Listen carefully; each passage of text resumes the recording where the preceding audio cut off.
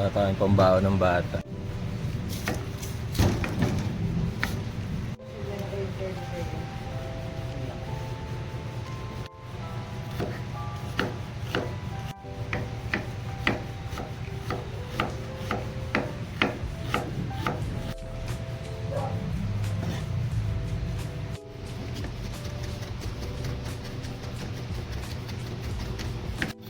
Lagyan tayong onion, garlic, tapos pepper. Madami, mas masarap marami. Lagyan natin ang salt, konting paprika. Add tayo ng egg. Burger patty nga pala yung gagawin natin, ha? So pambaon ng mga bata. So, pwede yung gawing burger steak or yung hamburger. So madali lang siya. So yung egg, din ako ng konting all-purpose flour. Pang bind lang din siya, binder lang din. Para lang yun nga, hindi magwatak-watak. Konti lang, hindi siya extender, ha. Yung binder lang siya. Yun. Siyempre, kakamayin na natin yan. Hugas po ako.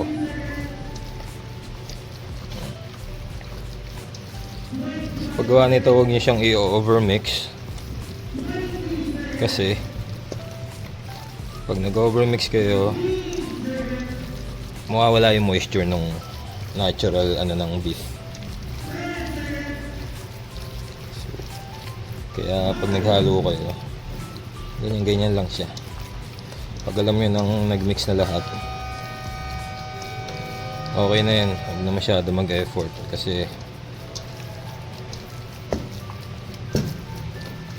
nga ingay kasi nung nasa court eh.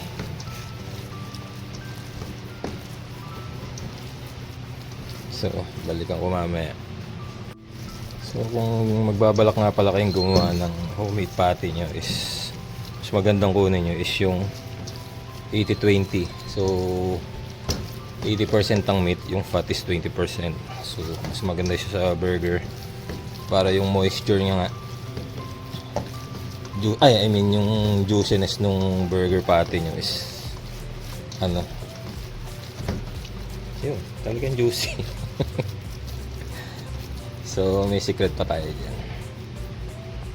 So para mas maging ma-juicy yung burger patty nya is maglalagay ako ng butter. Kahit anong butter pwede naman. Ayan.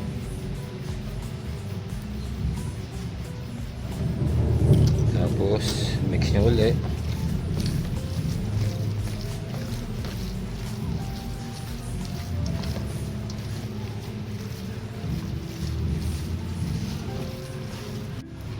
Tapos lagay uli.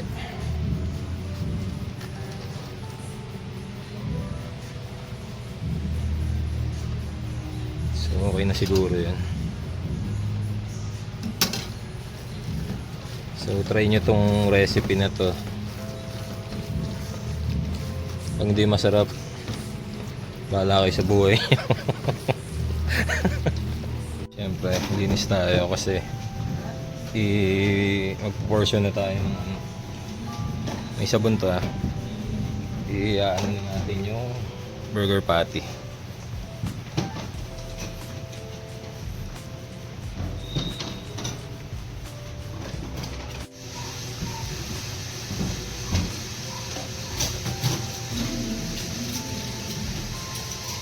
Tapos lagay tayo ng stretch film.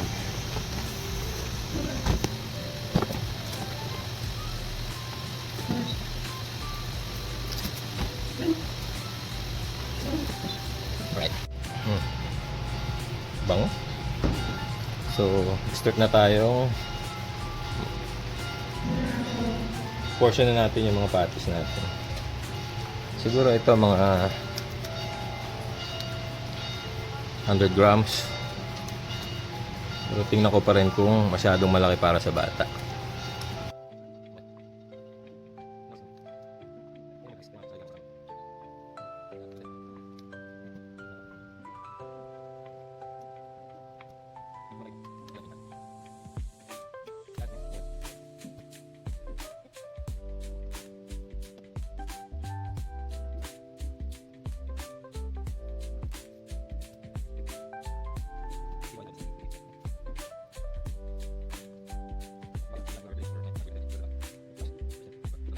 Lagyan natin sa freezer. So kung gusto nyong lutuin agad at nagutom kayo, pwede na naman, pero mas maganda lagyan siya ng mga 2 hours sa freezer para medyo tumigas yung karne, hindi kayo mahirapan. Pero okay na rin yan kung gusto niyo talaga. So yun, natitira pa tayo rito, siguro makagawa rin tayo ng mga 6 to 8 or 6. 2. May 6 na tayo rito, so mga 12 to 14 naman.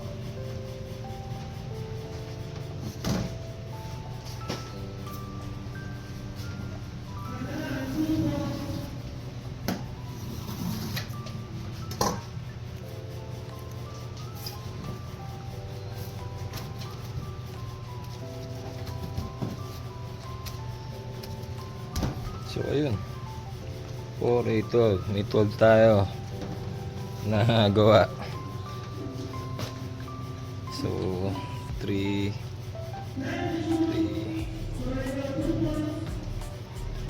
So meron silang 4 days na pangbaon, pero syempre iba-iba yun, hindi naman araw-araw puro ganito, di ba? So ayan, mas okay kung kayo yung gagawa ng sarili nyong patty. Mas matitimpla nyo kung ano yung gusto nyong lasa. Tapos syempre yung size is kayo magde-decide kung gaano kalaki. So yun, ilalagay ko lang sa freezer to. Actually, gusto nyo ba na sample? Mamaya gawa tayo, pakita ko sa inyo.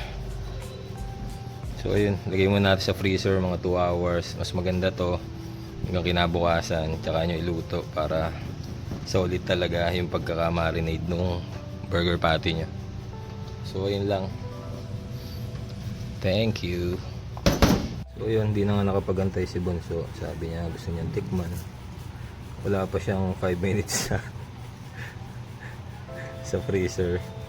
So siya, tingnan natin kung ano magiging resulta nito. Hindi na ako naglagay ng mantika kasi may butter na siya. Tsaka yung fats niya siguro mga 70-30 yung nakuha ko. 30% ang fat, 70% ang meat. So no need na sa oil. Mamantika, di ba? Try natin siya 3 minutes per side. So orasan ko.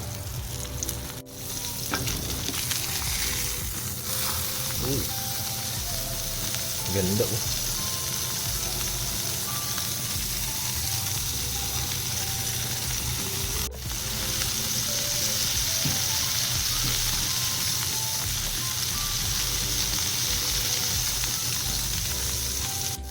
So, balik ka rin natin. Bigyan pa natin, ganda na. Bigyan natin sila ng tag 1 minute pa. So, sa size, lumit siya ng konti. Pero, ayan. Sakto na sa anak ko yan kasi mahihina sa ulam yan. So, yun. May pakita ko sa inyo. So, pwede na siguro ito. Diba? Gawa na lang kayo ng burger steak sauce. May burger steak na sila. Diba? Para mas ganado sila. Natin kung juicy. Yun. Juicy nga. Try natin. Yun o. Mainit. Ganda ng luto. Siguro medium well. Sa lasa.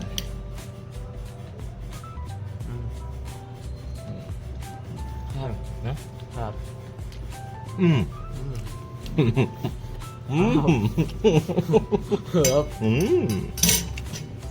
Solid siya, solid. So, try yun na. Hindi siya maalat. Pero lasang-lasa mo yun. Hindi siya matabang. Pero lasang-lasa mo yung yung ano ng karne. So pag may burger steak ka na sauce, mas masarap siya. Promise. Try niya. Juicy. Aray ko.